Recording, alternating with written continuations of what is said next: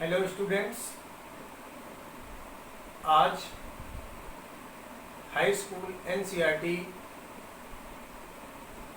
Science section C biology में आपको nutrition के बारे में बताएंगे। पोषण क्या है। पोषण से संबंधित बहुत सी परिभाषाएं हैं, लेकिन सबसे सरल और शुद्ध आसानी से जो आपको याद हो सके वो परिभाषा मैं आपको बता भी रहा हूँ और इधर व्हाइट बोर्ड पर लिखा भी हूँ। इसे आप जूम करके इसका नोट्स भी बना सकते हैं। पोषण क्या है? हम जानते हैं कि जितने जीव हैं या जितने जंतु हैं वो कार्य करते हैं, निरंतर वृद्धि करते हैं और अपने दैनिक जीवन में विभिन्न क्रियाएं करते हैं और इन सभी के लिए वो किसी ना किसी पदार्थ से ऊर्जा प्राप्त करता है। मेरे बच्चों ध्यान से समझना, पोषण क्या है। हम जानते हैं जितने जंतु हैं सभी जंतुओं में कार्य करने के लिए, वृद्धि के लिए तथा जीवन की विभिन्न क्रियाओं को संपन्न करने के लिए किसी पदार्थों से ऊर्जा प्राप्त करना होता है। यही क्रिया पोषण कहलाती है। प्यारे बच्चों, एक बार पुनः पोषण की परिभाषा, वह क्रिया जिसके द्वारा कोई जंतु कार्य करने के लिए, वृद्धि के लिए तथा जीवन की विभिन्न क्रियाओं को संपन्न करने के लिए अन्य पदार्थों से आवश्यक ऊर्जा प्राप्त करता है, पोषण कहलाता है। मीन्स शरीर की विभिन्न गतिविधियों को करने के लिए बहुत छोटे रूप में, यदि आप इतनी बड़ी परिभाषा ना याद कर सकें तो आप ये भी लिख सकते हैं कि जंतुओं द्वारा विभिन्न प्रकार की क्रियाओं को करने के लिए किसी पदार्थ से आवश्यक ऊर्जा प्राप्त करना ही पोषण कहलाता है। आइए अब आपको हम बताएं कि पोषण या भोजन की आवश्यकता हमें क्यों होती है। पोषण के लिए या भोजन की आवश्यकता हमें क्यों होती है। नीड ऑफ फूड और न्यूट्रिशन। प्यारे बच्चों, हम जानते हैं हमारे अंदर या जंतुओं के अंदर विभिन्न प्रकार की आवश्यकताएं होती हैं जिसके लिए उन्हें भोजन की जरूरत पड़ती है। और वो आवश्यकताएं क्या हैं? आप यहाँ देखिए, ऊर्जा की आपूर्ति, सप्लाई ऑफ एनर्जी। दूसरा, शरीर की वृद्धि, ग्रोथ ऑफ द बॉडी। तीसरा, शरीर में टूट फूट की मरम्मत, repair of damage body parts. अगला है नंबर 4, रोगों से रक्षा, प्रोटेक्शन फ्रॉम डिसीज। तो हमें भोजन की आवश्यकता क्यों होती है? सबसे पहले हम चर्चा करेंगे ऊर्जा की आपूर्ति। प्यारे बच्चों, प्रत्येक जीव जंतु कुछ ना कुछ कार्य करते हैं, अपने दैनिक जीवन में कुछ ना कुछ कार्य करते हैं और जब वो कार्य करते हैं तब ऊर्जा का ह्रास होता है, माने ऊर्जा उनके शरीर से निकलती है और उस ऊर्जा की पूर्ति करने के लिए उन्हें भोजन की आवश्यकता होती है।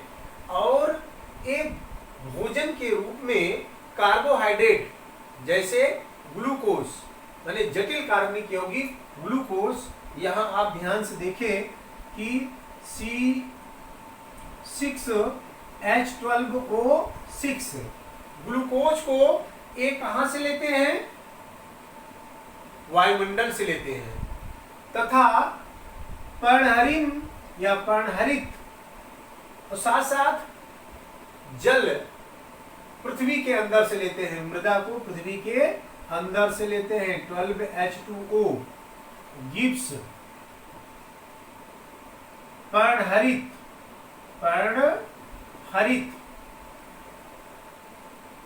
और सूर्य का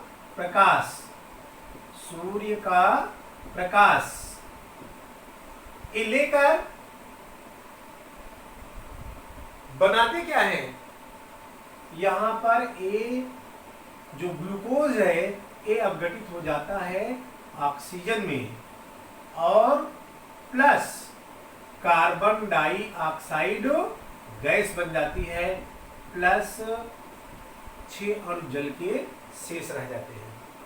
अर्थात इस प्रकार से यह जो हम भोजन ग्रहण करते हैं, भोजन के ग्रहण के बाद पाचन क्रिया के बाद जो है, जो ग्लूकोज है यह अपघटित होकर जीव द्रव्य का निर्माण करता है।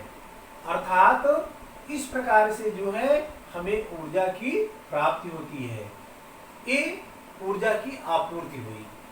अब इसके दूसरे प्रकार पर हम आपको बताएंगे शरीर की वृद्धि, ग्रोथ ऑफ द बॉडी।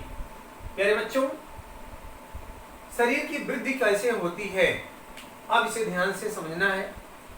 हम जानते हैं कि जितने भी जीव हैं उनमें 2 क्रियाएं होती हैं वृद्धि के लिए, क्योंकि हम जानते हैं कि जीवों की जो रचना होती है ये छोटी छोटी कोशिकाओं से होती है। आप जैसे देखते हैं कि घर बना है, मकान बना है, तो उस मकान में छोटे छोटे ईंट मिल करके एक घर की रचना करते हैं, एक घर बनता है। ठीक उसी तरह छोटी छोटी कोशिकाओं के द्वारा जो है एक शरीर की रचना होती है, एक बॉडी की रचना होती है। अर्थात अब ये वृद्धि कैसे करती है, इनमें जीवद्रव्य होते हैं, अर्थात इन कोशिकाओं का कोशिका विभाजन होता है। कोशिका विभाजन 2 प्रकार का होता है, एक सूत्री विभाजन और एक अर्धसूत्री विभाजन। सूत्री विभाजन द्वारा जो है एक मदर सेल से माने मातृ सेल से 2 डॉटर सेल का निर्माण होता है। लेकिन अर्धसूत्री विभाजन में एक मदर सेल से 4 डॉटर सेल का निर्माण होता है। प्यारे बच्चों, इसे 9th में पढ़ाया जा चुका है, 9th में आप पढ़ चुके हैं। तो शरीर की वृद्धि कैसे होती है, जब हम भोजन ग्रहण करते हैं तो भोजन के रूप में जो कार्बोहाइड्रेट है उसका पाचन होता है। पाचन होने के बाद जो इसके अंदर सबसे ज्यादा जरूरी क्या है, प्रोटीन है, विटामिन हैं या वसा लिपिड है, ये जब ब्लड में मिलता है तो जीव द्रव्य का निर्माण होता है, जिससे कोशिका विभाजन होता है। कोशिका विभाजन होने के बाद शरीर की वृद्धि होती है। अब आइए हम आपको तीसरा प्रकार बताएं, शरीर में टूट फूट की मरम्मत। प्यारे बच्चों, शरीर में टूट फूट की मरम्मत में सबसे अधिक सहायक होता है प्रोटीन। इसीलिए हमें अपने भोज्य पदार्थ में प्रोटीन की मात्रा संतुलित रखना चाहिए। अब आप कहेंगे कि प्रोटीन सबसे अधिक दलहनों में प्रोटीन पाई जाती है, लेकिन सबसे ज्यादा प्रोटीन सोया बरी में होती है। यदि गरीब बच्चे हैं वो दाल उचित मात्रा में प्रयोग नहीं कर सकते हैं तो उसके स्थान पर सोया बरी का प्रयोग करें। सोया बरी की सब्जी या अन्य चीजों में सोया बरी का प्रयोग करें तो पर्याप्त मात्रा में प्रोटीन प्राप्त कर सकते हैं। अर्थात प्रोटीन के साथ साथ विटामिन इत्यादि जो हैं शरीर में टूट फूट की मरम्मत करते हैं। जब आपके भोज्य पदार्थ में, भोजन में प्रोटीन की मात्रा होगी, जैसे शरीर की टूट फूट की मतलब हुआ, आप देखते रहते हैं कभी कभी हल्की चोट लग जाए या खरोंच लग जाए तो जो कोशिकाएं होती हैं वो डैमेज होती हैं, नष्ट हो जाती हैं। तो धीरे धीरे आप देखिए, कभी यदि आपके हाथ में चोट लगा हो या कहीं चोट लगा हो तो वहाँ एक पपड़ी बनती है, जो कोशिकाएं नष्ट हो जाती हैं वो धीरे धीरे पपड़ी बन करके उसके अंदर कोशिका विभाजन बहुत तेजी से होता है और नई कोशिकाएं बन करके उस घाव को भर लेती हैं। इस तरह से जो टूट फूट होता है उसकी मरम्मत हो जाती है। आइए प्यारे बच्चों, अब इसके हम चौथे प्रकार के बारे में चर्चा करते हैं, रोगों से रक्षा, प्रोटेक्शन फ्रॉम डिसीज। प्यारे बच्चों, रोगों से रक्षा के लिए सबसे आवश्यक है संतुलित आहार। अर्थात जो हमारे शरीर की इम्यूनिटी है ये संतुलित आहार द्वारा ही बढ़ती है। यदि भोजन में संतुलित आहार नहीं होगा तो प्रतिरोधक क्षमता हमारी बढ़ नहीं सकती है। अर्थात इस प्रकार से भोजन करें कि जिनमें विभिन्न प्रकार के विटामिन्स, प्रोटीन, वसा, लिपिड, कार्बोहाइड्रेट इत्यादि प्रचुर मात्रा में जितनी शरीर को आवश्यक हो मिलता रहे। इससे हमारे शरीर में या ब्लड में प्रतिरोधक क्षमता बढ़ती है, जो विभिन्न प्रकार के बैक्टीरिया और वायरसों से लड़ने के लिए उत्तरदायी होते हैं। प्यारे बच्चों, हमारे ब्लड में T4 लिम्फोसाइट होता है, जो विभिन्न प्रकार के वायरसों से या विषाणुओं तथा जीवाणुओं से ये लड़ते हैं। जब कोई विषाणु या जब कोई जीवाणु, जब कोई बैक्टीरिया वायरस हमारे शरीर के अंदर प्रवेश करता है, प्रवेश करने के बाद वो अपनी दैनिक क्रिया करना शुरू करता है, क्योंकि इनमें बहुत तेजी से जो है बढ़ने की क्षमता होती है। तब T4 लिम्फोसाइट जो है इनसे लड़ता है कि ये हम ब्लड से जो है बाहर निकले। जब ये दोनों में लड़ाई होती है तो हमारे शरीर का टेम्परेचर भी बढ़ जाता है, जिस क्रिया को हम बुखार आना बोलते हैं। अर्थात यदि हमें बार बार बुखार आ रहा है या बुखार हो रहा है, इसका मतलब हम समझ लें कि निश्चित ही कुछ न कुछ वायरसेस जो है हमारे ब्लड में प्रवेश किए हैं, जिससे हमारे ब्लड का T4 लिम्फोसाइट उनसे लड़ रहा है। अर्थात इसी क्रिया द्वारा बुखार जो है आता है। तो प्यारे बच्चों, रोगों से रक्षा के लिए हमें भोजन में संतुलित आहार की आवश्यकता होती है। यदि हमें संतुलित आहार हम लेते रहेंगे तो हमारे शरीर की प्रतिरोधक क्षमता या इम्यूनिटी जो है वो बढ़ जाती है, जिसके कारण जो है डिसीज या विभिन्न प्रकार की बीमारियों से लड़ने की क्षमता बढ़ जाती है। अब आपके समझ में ये सारी बातें आ गई होंगी। अब मैं आपको बताता हूँ पोषण के प्रकार, टाइप्स ऑफ न्यूट्रिशन। यानी बच्चों, पोषण जो है दो प्रकार का होता है। हम सबसे पहले इन दोनों प्रकार के बारे में जनरल बातें बता दे रहा हूँ, उसके बाद मैं फिर डिटेल में आगे बताऊंगा अलग अलग करके। सबसे पहले हम स्वपोषी पोषण। स्वपोषी पोषण माने ऐसे जीव जो अपना भोजन स्वयं बनाते हैं। ऐसे जीव जो अपना भोजन स्वयं बनाते हैं स्वपोषी पोषण कहलाते हैं, माने उनका पोषण स्वयं से होता है। उसके बाद विषमपोषी पोषण, ऐसे जीव जो अपना भोजन स्वयं नहीं बना पाते हैं, किसी अपने भोजन को प्राप्त करने के लिए किसी अन्य जीवों पर निर्भर होते हैं, उन्हें विषमपोषी पोषण कहते हैं। प्यारे बच्चों, स्वयं पोषी पोषण माने autotrophic nutrition and heterotrophic nutrition. तो सबसे पहले हम आपको बताएंगे स्वपोषी पोषण और स्वपोषी पोषण के प्रकार। तो स्वपोषी पोषण क्या है? वही जीव जो अपना भोजन स्वयं बनाते हैं स्वपोषी पोषण कहलाते हैं। और स्वपोषी पोषण दो प्रकार के होते हैं। पहला है प्रकाश संश्लेषी। प्रकाश संश्लेषी फोटोसिंथेटिक। प्यारे बच्चों, मैं कई बार आपको बताया हूं, इसके पहले भी प्रकाश संश्लेषण की चर्चा किया हूं। पौधे, बहुत से पौधे, अधिकांश पौधे, अरे सभी पौधों में नहीं होता, बहुत से पौधे ऐसे होते हैं जिनके पत्तियों में पर्णहरित या पर्णहरिम नहीं होता है, जिसके कारण वो भोजन बनाने में असमर्थ होते हैं। अर्थात अधिकांश पौधे तथा कुछ जीवाणु पर्णहरिम तथा प्रकाश की उपस्थिति में, पर्णहरिम तथा प्रकाश की उपस्थिति में वायुमंडल से कार्बन डाइऑक्साइड तथा मृदा से जल लेकर अपना भोजन स्वयं बनाते हैं। अर्थात ये प्रकाश की उपस्थिति में होता है, इसलिए इन्हें प्रकाश संश्लेषी कहते हैं। जैसे प्रकाश संश्लेषण, जैसे भी हमने आपको यहाँ पर बताया कि प्रकाश संश्लेषण कैसे अपना भोजन बनाते हैं। यहाँ हम थोड़ा सा ध्यान दें कि अभी मैंने आपको बताया कि अधिकांश पौधे तथा कुछ जीवाणु वायुमंडल से कार्बन डाइऑक्साइड लेते हैं, CO2। वायुमंडल से कार्बन डाइऑक्साइड CO2 लेते हैं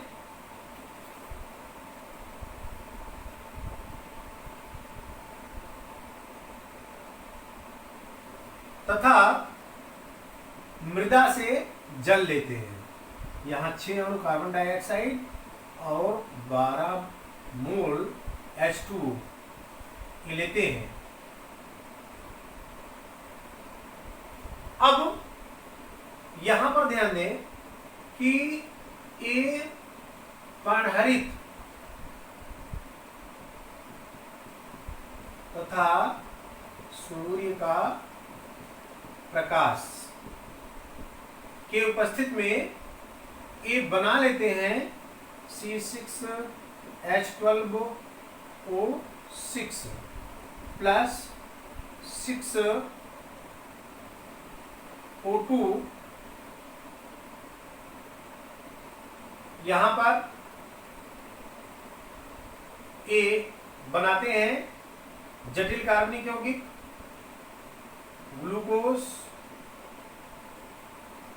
और साथ साथ ऑक्सीजन का निर्माण करते हैं प्लस जलवाष्प भी निकालते हैं। अब इसमें देखें कार्बन यहाँ 6, कार्बन यहाँ 6, ऑक्सीजन 6 दूनी 12, 12 24, ऑक्सीजन 6 और 6 दूनी 12, 6 18, 6 24, हाइड्रोजन 12 दूना 24, 12 और 6 दूनी 12 दूना 24। यह क्रिया जो है प्रकाश संश्लेषी क्रिया कहलाती है। माने पेड़ पौधे वायुमंडल से कार्बन डाइऑक्साइड तथा मृदा से जल को लेकर के पर्णहरी तथा सूर्य के प्रकाश की उपस्थिति में अपना भोजन बनाते हैं, भोजन के रूप में ग्लूकोज का निर्माण करते हैं तथा साथ साथ वायुमंडल में ऑक्सीजन को छोड़ते हैं और कुछ जलवाष्प भी छोड़ते हैं। प्यारे बच्चों, इसी तरह अब यहाँ जो मैं पहले बताया था इसमें थोड़ा सा मिस्टेक है, इसे ध्यान से फिर से समझ ले।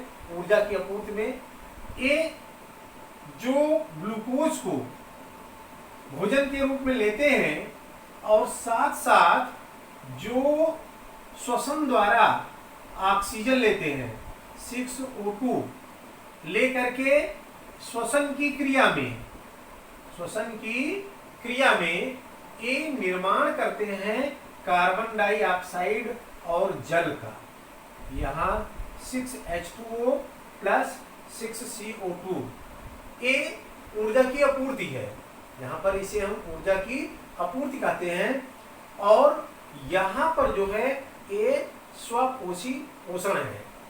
अब प्यारे बच्चों आपकी समझ में आ गया होगा स्वपोषी पोषण क्या है। अब इसके बाद हम आपको बताएंगे इसका दूसरा प्रकार जो है वो रसायन संश्लेषी कीमोसिंथेटिक। प्यारे बच्चों, रसायन संश्लेषी में पर्णहरित की आवश्यकता नहीं होती है, पर्णहरित की कोई आवश्यकता नहीं होती है। इसमें कुछ जीवाणु रसायनों की ऊर्जा का उपयोग करके खाद्य संश्लेषण करते हैं। यही क्रिया जो है प्रकाश संश्लेषी कहलाती है। जैसे नाइट्रीकरण या नाइट्रिकारक जीवाणु, सल्फर जीवाणु, नाइट्रिकारक जीवाणु और सल्फर जीवाणु भी एक प्रकार से रसायन संश्लेषी का कार्य करते हैं। मीन्स ये भोजन को ग्रहण करते हैं लेकिन इसमें पर्णहरित की कोई आवश्यकता नहीं होती है। प्यारे बच्चों, एक बार पुनः पोषण या भोजन की आवश्यकता को मैं फिर से आपको समझा दे रहा हूँ।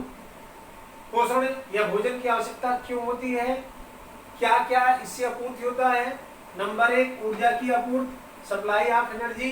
प्यारे बच्चों, प्रत्येक जीव जंतु अपनी दैनिक क्रियाकलाप करने के लिए भोजन के रूप में ग्लूकोज को ग्रहण करते हैं तथा श्वसन के रूप में ऑक्सीजन माने वायु से ऑक्सीजन लेते हैं और यह ग्लूकोज जो भोजन में पाचन के बाद ब्लड में पहुंचता है तथा ये माने ऑक्सीजन जो है वायुमंडल से श्वसन द्वारा जो है ब्लड में पहुंचता है।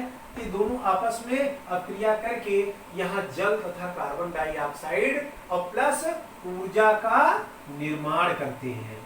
प्यारे बच्चों, ध्यान से समझना है कि जो कार्बन डाइऑक्साइड होती है ये पुनः फुफ्फुस में आकर के इकट्ठा होकर के बाहर आ जाती है और जो जल है ये विभिन्न प्रकार के अपशिष्ट पदार्थों को लेकर के किडनी जो है इसको छान करके माने ब्लड में से छान करके मूत्राशय में भेज देती है। साथ साथ जो ऊर्जा मिलती है उससे जो है मनुष्य पुनः कार्य करने की क्षमता या विभिन्न प्रकार के जीव कार्य करने की क्षमता रखते हैं। इसे हम ऊर्जा की आपूर्ति कहते हैं। प्यारे बच्चों, दूसरा है शरीर की वृद्धि। शरीर की वृद्धि में मैंने आपको बताया कि पाचन क्रिया के बाद जो ये ग्लूकोज ब्लड में जाता है और साथ साथ जो है इससे जीव द्रव्य की वृद्धि होती है, जब जीव द्रव्य की वृद्धि होती है, इसमें सूत्री विभाजन होता है, क्योंकि कोशिकाओं का सूत्री तथा असूत्री विभाजन के द्वारा से कोशिकाएं जो हैं उनका सेल डिवीजन होने के कारण कोशिकाएं बढ़ती हैं, जिससे शरीर की वृद्धि होती है। तीसरे में शरीर में टूट फूट की मरम्मत, repair of damage body parts, अर्थात मेरे बच्चों कि जो मनुष्य जो है भोजन को ग्रहण करते हैं, अर्थात उनमें प्रोटीन की मात्रा अधिक होने के कारण, क्योंकि टूट फूट की मरम्मत में सबसे अधिक जो सहायक होता है वो प्रोटीन होता है। तो हमें जानते हैं, मैंने आपको बताया कि कई बार आप देखे होंगे आपके शरीर में चोट लग जाती है, चोट लगने के बाद वहाँ कोशिकाएं डैमेज हो जाती हैं, वहाँ एक पपड़ी जम जाती है, उस पपड़ी के नीचे धीरे धीरे सेल डिवीजन के द्वारा जो है और कोशिकाएं बन जाती है। प्यारे बच्चों, कभी आप देखो किसी पेड़ में कुल्हाड़ी से घाव कर दो, काट के निकाल दो, कुछ दिन बाद आप देखेंगे धीरे धीरे वो घाव भर जाता है, मीन्स जो आप काटे रहते हैं वो स्थान पूर्ण रूप से भर जाता है, अर्थात उनके कोशिकाओं में कोशिका विभाजन होता है, जिसके कारण जो है वो पुनः जो है उस स्थान को भर लेते हैं। इसी क्रिया को हम कहते हैं शरीर में टूट फूट की मरम्मत। अगला है रोगों से रक्षा। मेरे बच्चों, रोगों से रक्षा के लिए सबसे ज्यादा जरूरी है कि हमारे शरीर का प्रतिरोधक क्षमता, इम्यूनिटी जो है बढ़े, और इसके लिए जो है हमें या जीवों को संतुलित आहार की आवश्यकता होती है। जब ये संतुलित आहार करते हैं तो संतुलित आहार के माध्यम से ब्लड में T4 लिम्फोसाइट बढ़ता है, जो जीवों से लड़ने की क्षमता रखता है। प्यारे बच्चों, मैंने आपको अभी भी बताया कि जब कोई वायरस या कोई बैक्टीरिया जो है शरीर के अंदर ब्लड में प्रवेश करता है तो ब्लड में उपस्थित T4 लिम्फोसाइट जो है उससे लड़ता है। जब उससे लड़ता है तो लड़ करके यदि उसे मार देता है तब तो कोई दिक्कत नहीं होती है, लेकिन जब उसे नहीं मार पाता है, T4 लिम्फोसाइट कमजोर हो जाता है, तो बैक्टीरिया तथा वायरस उसके ऊपर हावी हो जाते हैं, जिसके कारण बहुत तेजी से ये जनन करते हैं, और उस जनन के माध्यम से इनकी संख्या बहुत तेजी से बढ़ने लगती है और मनुष्य रोग ग्रसित हो जाता है। अर्थात अगर हम संतुलित आहार निरंतर करते रहें, संतुलित भोजन लेते रहें, संतुलित भोजन लेने से जो है हमारे शरीर के अंदर में जो प्रतिरोधक क्षमता है वो बढ़ेगी, ब्लड का T4 लिम्फोसाइट बढ़ेगा, जिससे शरीर पर जब कोई भी बैक्टीरिया और वायरस अटैक करेंगे तो उनसे लड़ करके उन्हें मार देता है। और जब ये बैक्टीरिया और वायरस जो है T4 लिम्फोसाइट से लड़ते हैं तो वही कारण है हमारे शरीर का टेम्परेचर बढ़ जाता है। वैसे अगर देखिए ये हाथ है, इसका टेम्परेचर कम है, इसे वैसे करिए, माने इसी एक दूसरे से टक्कर करिए, इसका टेम्परेचर बढ़ जाता है। उसी क्रिया को हम कहते हैं बुखार का आना। प्यारे बच्चों, अब मैं फिर से आपको बता देता हूँ पोषण के प्रकार के संबंध में, टाइप्स ऑफ न्यूट्रिशन। प्यारे बच्चों, मैंने आपको बताया कि पोषण मुख्य रूप से दो प्रकार का होता है। पहला स्वपोषी पोषण, दूसरा विषम पोषी पोषण, माने autotrophic nutrition and heterotrophic nutrition. Autotrophic nutrition क्या है? वह जीव जो अपना भोजन स्वयं बनाते हैं स्वपोषी पोषण कहलाते हैं। और विषम पोषी पोषण क्या है? वह जीव जो अपना भोजन स्वयं नहीं बना पाते हैं, किसी दूसरे जीव के द्वारा बनाए गए भोजन को ग्रहण करते हैं, उन्हें विषम पोषी पोषण कहते हैं। अब स्वपोषी पोषण जो है पुनः दो प्रकार का होता है। पहला है प्रकाश संश्लेषी फोटोसिंथेटिक, अर्थात मैंने आपको बताया पौधे तथा कुछ जीव पनहरी तथा प्रकाश की उपस्थिति में वायुमंडल से कार्बन डाइऑक्साइड तथा मृदा से या पृथ्वी से जल लेकर भोजन बनाते हैं, और अर्थात ग्लूकोज का निर्माण करते हैं, और यही जो है उनका मुख्य भोजन होता है। साथ साथ ऑक्सीजन तथा जलवाष्प का निर्माण करते हैं। इसी क्रिया को हम प्रकाश संश्लेषी कहते हैं। अर्थात नंबर 2 इसका है रसायन संश्लेषी कीमोसिंथेटिक, अर्थात मैंने आपको बताया कि जो प्रकाश संश्लेषी होता है वो पर्णहरित की उपस्थिति में होता है, लेकिन जो रसायन संश्लेषी होता है वो पर्णहरित के अनुपस्थित में होता है। कुछ ऐसे जीवाणु होते हैं जो रसायनों की ऊर्जा का उपयोग कर खाद्य संश्लेषण करते हैं, और इस क्रिया में पर्णहरित की अनुपस्थित होती है, इसमें पर्णहरित की कोई आवश्यकता नहीं होती है। इसी को हम कहते हैं रसायन संश्लेषी। जैसे मैंने उदाहरण बताया नाइट्रिक कारक जीवाणु या सल्फर जीवाणु। प्यारे बच्चों, इस वीडियो में सिर्फ इतना ही। अब हम अगले वीडियो में आपको प्रकाश संश्लेषण से संबंधित, पौधों में प्रकाश संश्लेषण कैसे होता है, पौधों के साथ साथ पत्तियों में क्या क्या पर्णहरित कहाँ होती है, जैसे कि मैं इसके पहले वाले वीडियो में चर्चा किया था कि जो रंध्र होते हैं, और वो रंध्र जो है किस प्रकार से कार्बन डाइऑक्साइड को अंदर लेते हैं और उनका प्रकाश संश्लेषण के बाद बना हुआ ऑक्सीजन कैसे बाहर छोड़ते हैं, इसे हम आपको बताएंगे अगले वीडियो में। इंतजार करिए अगले वीडियो का। यदि आपको यह समझ में आए तो इसे जरूर नोट्स इसका बनाइए, इसे याद करिए, तैयार करिए, परीक्षाओं के लिए बहुत ही इम्पोर्टेंट है। और साथ साथ जो है आप हमारे चैनल को सब्सक्राइब करिए, लाइक करिए, जिससे जो नए वीडियो बनते रहें वो आप तक पहुंचते रहें। धन्यवाद।